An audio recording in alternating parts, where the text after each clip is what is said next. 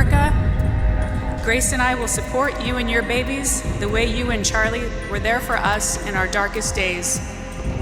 Charlie, we will miss your words of wisdom, your high-pitched laugh. It was kind of awkward. Turning Point USA is continuing, and it is. I mean, we are so blessed to have more work than we even could ever dream of. I mean, it's beautiful. Despite the devastating loss of Charlie Kirk, my incredible husband at UVU, Caleb has persisted with the same grift. New footage is circulating online, and fans are already calling it one of the most unsettling moments connected to Erika Kirk since the tragedy that changed everything. Nothing in this footage proves anything outright, but the questions it raises refuse to go away. Social media timelines are flooded, comment sections are on fire, and people are pausing, replaying, and zooming in, asking the same thing over and over again. Who is really controlling Erika Kirk's public appearances? According to emerging reports and online commentary, viewers notice something that instantly made them uncomfortable. Erika doesn't appear alone. She rarely moves alone. Every step, every pause, every emotional moment seems to happen with someone else right beside her. Some fans say it looks like support. Others say it looks like supervision. And that split reaction is exactly why emotions are running so high right now. People who watch the footage say it feels less like spontaneous grief and more like something carefully managed. The way Erika pauses before speaking, the way she looks sideways before reacting, the way someone else seems to guide when she moves forward and when she stops. None of this confirms wrongdoing, but fans are shocked by how coordinated it appears. One comment reads, "This doesn't feel natural." Another says, "Why does it look rehearsed?" And once those words were out there, the floodgates opened. Interview 302/316. Online creators and commentators are now dissecting every frame, reminding viewers that these are just reports, just observations, just questions. But even questions can be powerful, especially when grief, public pressure, and massive organizations are involved. Whispers are spreading that Erika may not be fully in control of how she is presented to the world. Others push back hard, saying people are reading too much into raw moments caught on camera. Still, the footage won't stop circulating. Fans keep sharing it, critics keep analyzing it, and supporters keep defending Erika with equal intensity. Emotions ran high almost instantly, and the internet did what it always does. It took uncertainty and turned it into a full-blown storm. And as more people watch, one thing becomes clear. Whether these reports are true or not, the questions aren't fading. They're only getting louder. The conversation around Erika Kirk shifted the moment. We will miss your words of wisdom, your high-pitched laugh. It was kind of awkward. And the way your voice would always soften when you spoke to Erika and your children. That footage began circulating, not because it showed anything illegal or definitive, but because of how it made people feel. Viewers described. My name is Stacy Sheridan. 8 years ago, I met Charlie in a crowded ballroom in West Palm Beach at a David Horowitz Freedom Center event. A strange discomfort, a quiet tension that sat beneath the surface of what should have been straightforward public appearances. According to multiple online reports and reaction videos, the focus was not on what Erika said, but on how she moved, when she paused, and who was always within arm's reach. Fans are shocked not by a single moment, but by a pattern they believe they are seeing emerge. Commentators were quick to clarify that no one is claiming proof of control or manipulation. Instead, they say this is about perception. Perception matters in the court of public opinion, especially when emotions are already raw. Made me want to join Charlie's cause and Charlie's team because he began a quest to hire me after meeting me. I was reluctant at first, but it was his naive audaciousness to change the world that ultimately sold. Technically, Charlie was my boss, but it really never felt that way. Far more than my boss, I felt like he was. People began sharing clips side by side, pointing out similarities in posture, timing, and body language. Some described it as protective, others called it calculated. Either way, the reactions grew louder as more eyes towards the footage. What made the discussion explode was the idea that Erika's grief appeared to be framed rather than freely expressed. Viewers noted moments where her expression seemed to shift suddenly, as if responding to an unseen cue. When she stepped forward, someone stepped with her. When she stopped speaking, someone gently guided her away. Again, these are observations being discussed online, not confirmed facts, but they were enough to ignite debate. Emotions ran high as fans argued over whether this was kindness or control. People close to the situation, at least those claiming insider knowledge on social media, suggested that high-profile figures are rarely allowed to appear unsupervised during moments of intense scrutiny. According to these reports, public image teams often step in to protect narratives, prevent missteps, and manage backlash. Some supporters argue this is exactly what is happening here, and that Erika deserves support, not suspicion. Others counter that support should not look staged or rehearsed, especially during moments of mourning. The comment section became a battlefield. One viewer wrote that Erika looked fragile and overwhelmed, and that anyone would need help in that position. Another responded that help should not feel like choreography. Fans are divided, and that division is fueling the story more than the footage itself. Every reaction video adds another layer, another interpretation, another theory that spreads across platforms within minutes. Some online voices pointed out that Erika's public role changed overnight.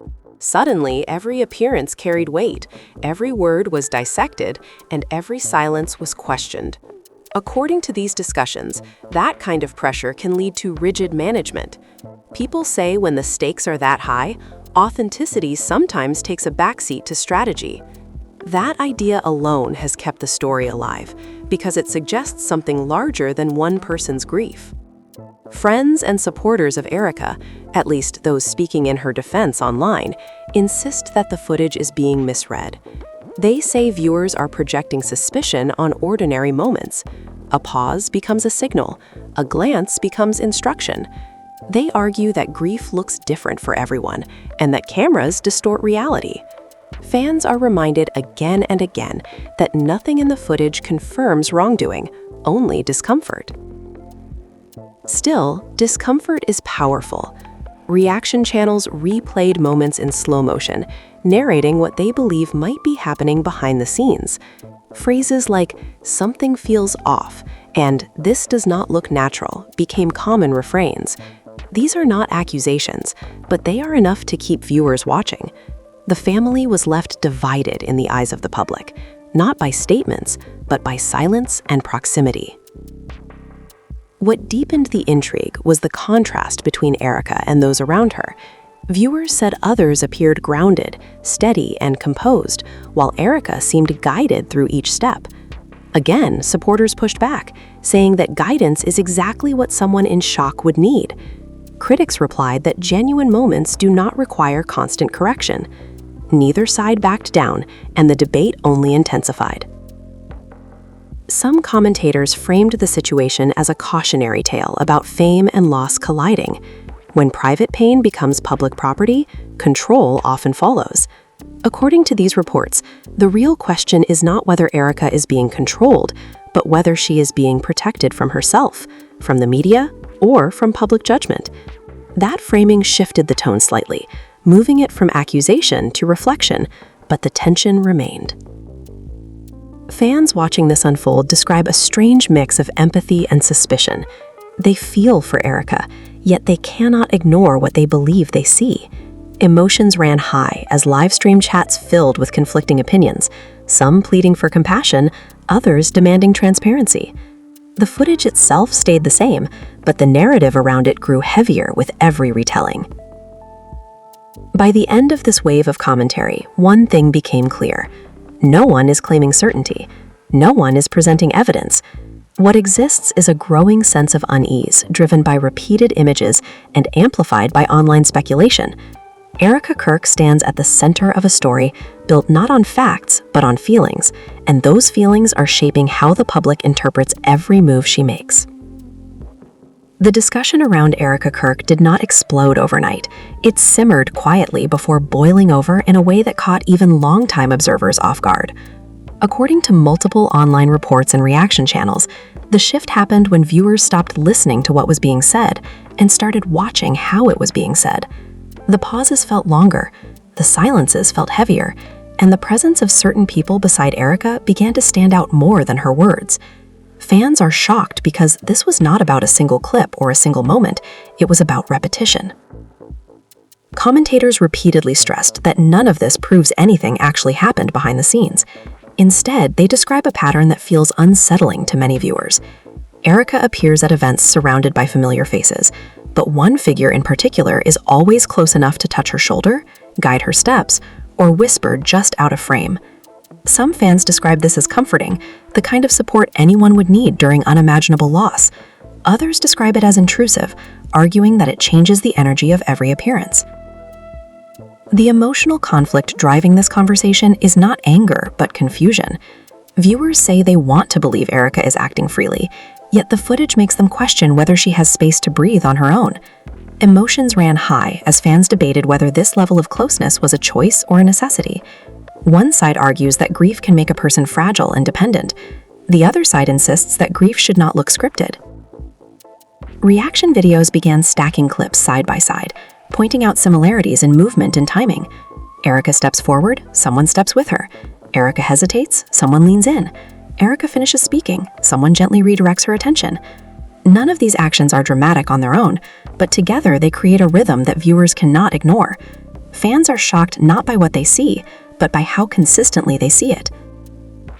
People claiming to be insiders suggested online that public figures are rarely left alone during periods of controversy. According to these reports, handlers, advisors, and image managers are often assigned to ensure nothing goes off script. Supporters of Erika argue that this is standard practice, not evidence of control. They say viewers are mistaking professionalism for manipulation. Critics respond that grief is not a press conference and should not feel managed. Family dynamics also became part of the conversation, even though no family member publicly addressed the footage. Fans noticed moments where Erika appeared physically closer to advisors than to relatives. This observation sparked intense debate. Some said it showed isolation, others said it showed boundaries. Either way, the family was left divided in the eyes of the public, even without saying a single word. Social media amplified every interpretation. Short clips were reposted with captions suggesting everything from concern to conspiracy. Longer breakdowns analyzed tone, posture, and facial expressions. Emotions ran high as viewers argued over whether it was fair to analyze someone during grief. Yet the analysis continued, driven by the same curiosity that fuels reality TV drama. Friends of Erika, or at least accounts claiming to represent her circle, pushed back hard against the narrative. They described her as overwhelmed, exhausted, and grateful for support. They insisted that what people were calling control was actually protection from hostile media and relentless scrutiny. Fans sympathetic to Erika echoed this sentiment, saying the internet was crossing a line. But the opposing voices did not fade. They argued that public figures often lose autonomy gradually, not suddenly. According to these commentators, control does not always look aggressive. Sometimes it looks like reassurance. Sometimes it looks like guidance. Sometimes it looks like someone always standing just close enough to intervene. This framing made the story more unsettling because it suggested that if something was happening, it would not be obvious. Dialogues imagined by fans began circulating, reenacting what they believed might be said behind closed doors. Things like, "You do not have to answer that," or "Let me handle this," or "We will move you now." These imagined conversations added fuel to the fire, even as creators reminded viewers they were speculating, not reporting facts. Still, the damage was done. The idea had taken root. Another layer of tension came from the contrast between Erika's earlier appearances and the newer ones. Fans noted that her demeanor seemed to change over time. She appeared more hesitant, more reserved, more dependent on cues. Supporters argued this was natural progression of grief. Critics argued it was evidence of tightening control. Both sides spoke with certainty, despite admitting they could not know for sure. The stakes feel personal for viewers because Erika represents more than herself. She represents vulnerability in the public eye. She represents how quickly private pain can become public property. Fans project their own fears and experiences onto her, which intensifies reactions. Emotions ran high not because of hatred, but because people felt invested in what they believed they were witnessing. By this point, the story was no longer about footage alone. It was about trust.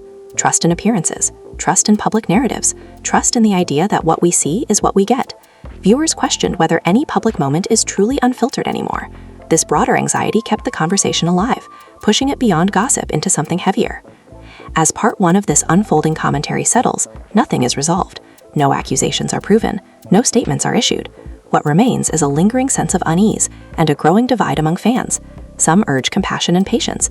Others urge skepticism and vigilance. Erika Kirk remains at the center of it all, silent, watched, and interpreted from every angle, as the questions continue to circle without answers. the online conversation did not slow down after those early reactions. Instead, it took a sharper turn as more voices joined in and began reframing what they thought they were seeing. According to commentary circulating across platforms, people were no longer just watching Erika Kirk, they were watching the people around her. Every person who stood close, every hand that reached out, every whisper caught on a hot mic became part of a growing narrative built entirely on interpretation. Fans are shocked at how quickly background figures became central to the story. What intensified the drama was the way viewers began assigning roles. Erika was no longer just a grieving figure in the public eye. In these reports, she became someone being guided, managed, even shielded. The people near her were no longer friends or colleagues, but symbols of influence. Emotions ran high as reaction hosts asked their audiences to consider a simple question. If nothing is being controlled, why does it look so coordinated? Some commentators described moments where Erika appeared ready to speak, only to stop herself mid-sentence.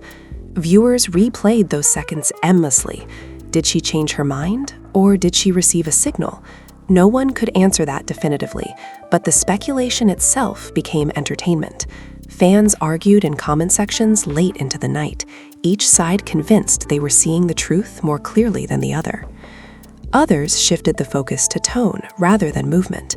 They pointed out how Erika's voice sometimes softened or tightened at unexpected moments. According to these reports, it sounded less like spontaneous emotion and more like careful restraint. Supporters pushed back immediately, saying grief often comes in waves and can alter a person's voice without warning. Critics responded that grief does not usually follow the same pattern every time. Imagined dialogues began circulating again, more detailed than before. Creators acted out scenes they believed might happen just off camera. Phrases like, "not that question," or "we talked about this," or "let's move on," were repeated dramatically, always with a disclaimer that it was speculation.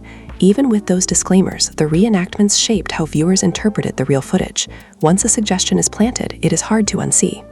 The reactions of fans added another layer of tension.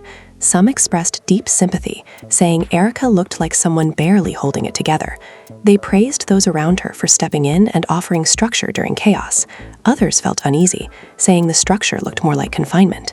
The family was left divided in the eyes of the audience, not by public statements, but by perceived distance and alignment. Friends of Erika were dragged into the conversation without ever speaking. Viewers speculated about who was trusted and who was sidelined. When certain familiar faces were missing from appearances, fans noticed immediately.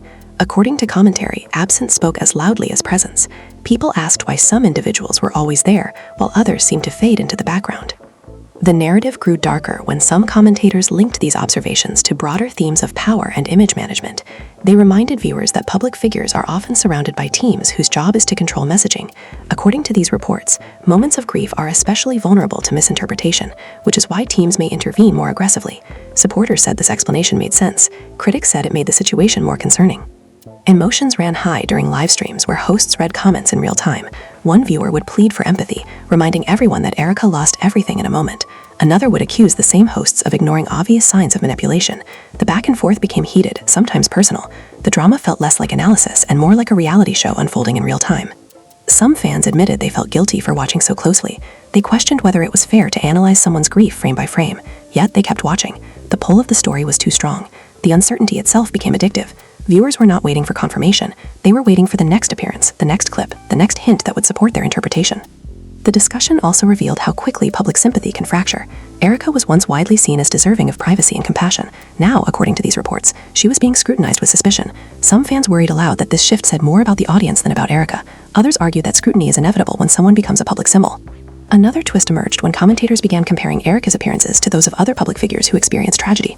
They pointed out differences in behavior, tone, and support systems. Supporters dismissed these comparisons as unfair. Critics embraced them, saying patterns across cases could reveal how image management works.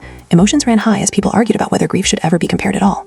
The language used to describe the situation grew more dramatic. Words like handler, script, and performance appeared more frequently, even when creators insisted they were just metaphors.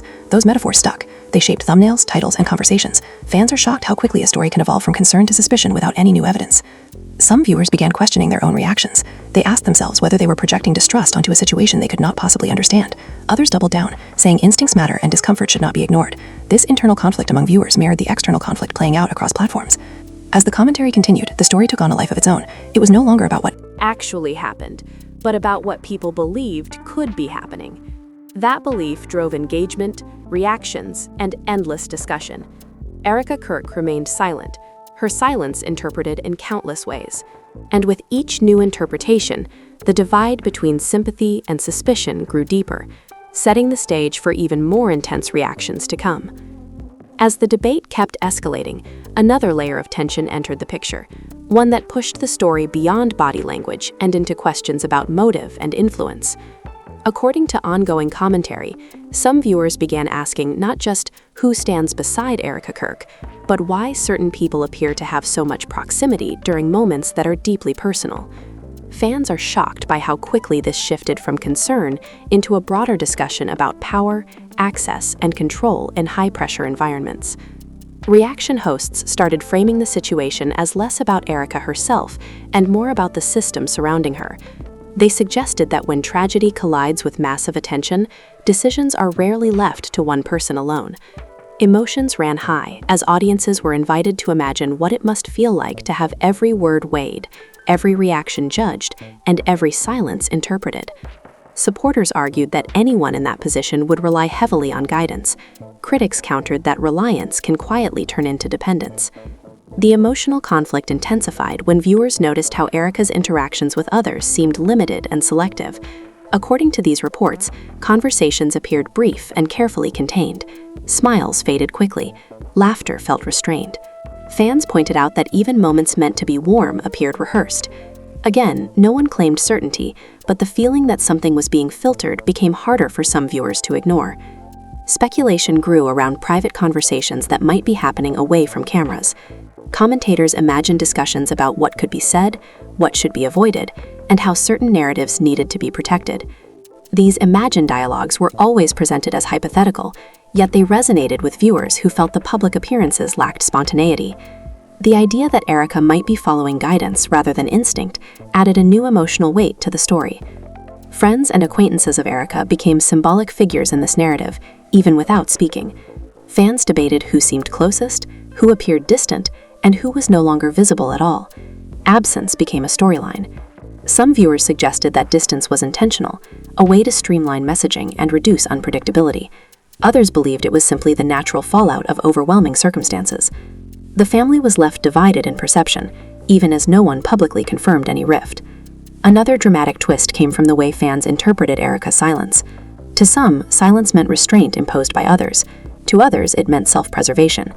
Emotions ran high as creators asked their audiences which interpretation felt more believable.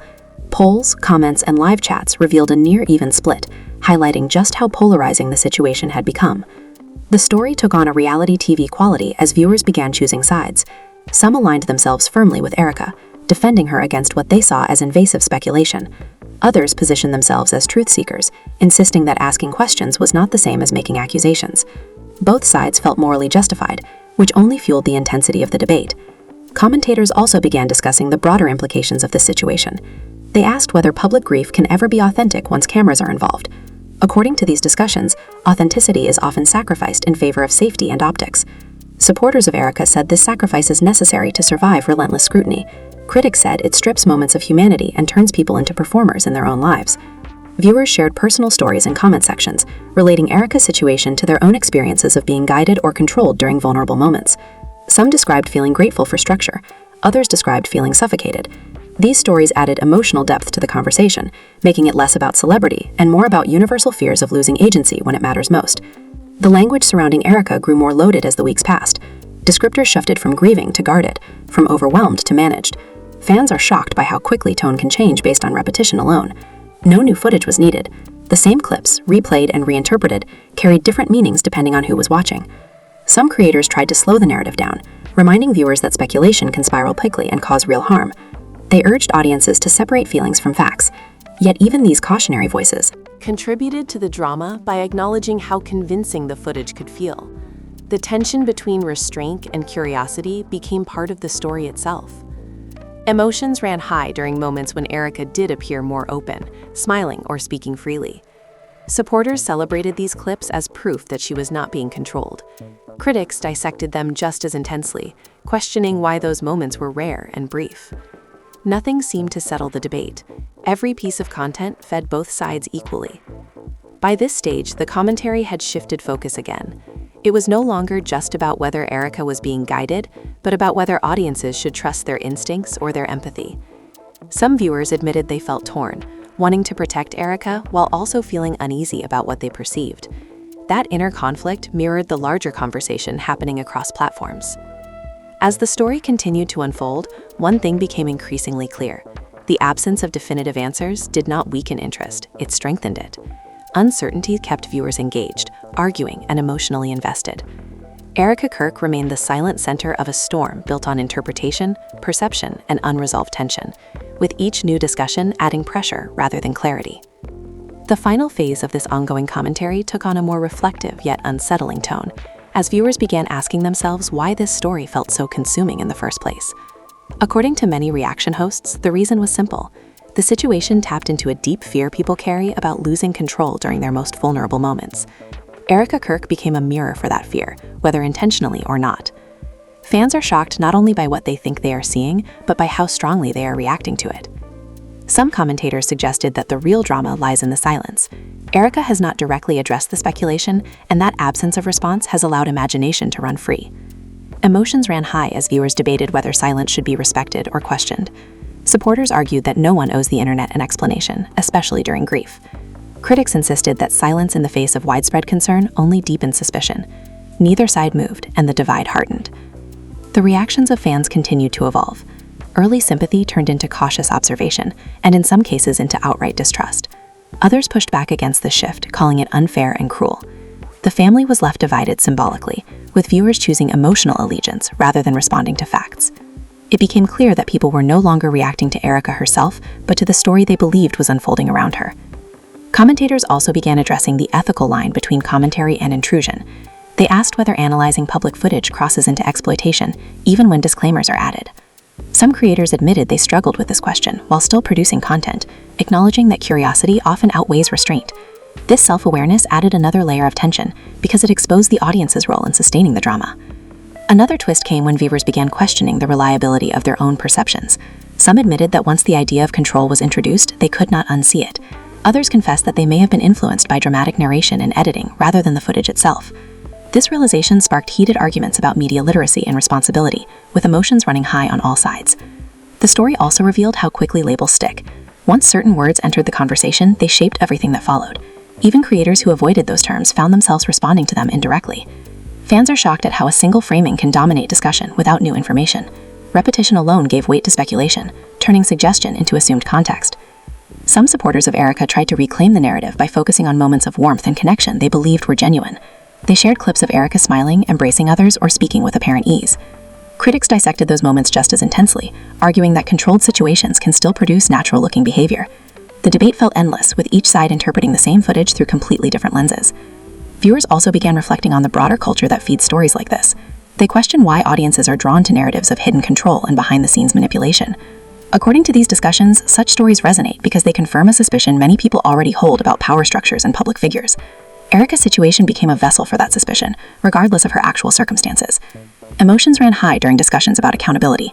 Some asked who should be held responsible if public narratives spiral out of control. Is it the creators who speculate, the platforms that amplify, or the audiences who consume eagerly? Others argued that responsibility is shared, making it harder to draw clear boundaries. This ambiguity mirrored the ambiguity at the heart of the story itself. As time passed, the footage that started everything began to feel secondary. What mattered more was the conversation it sparked and the emotions it revealed. Fans are shocked at how a few moments on camera could evolve into a sprawling debate about autonomy, protection, and trust. The original question remained unanswered, but its implications grew heavier with each passing day. Some viewers ultimately stepped back, choosing to disengage for their own peace of mind. Others leaned in further, convinced that continued attention might force clarity. Both reactions coexisted, reflecting the complexity of the situation. Erika Kirk remained a distant figure, her real experience unknown, while interpretations of it multiplied endlessly. By the time this chapter of commentary settled, there were still no confirmations, no revelations, and no resolutions.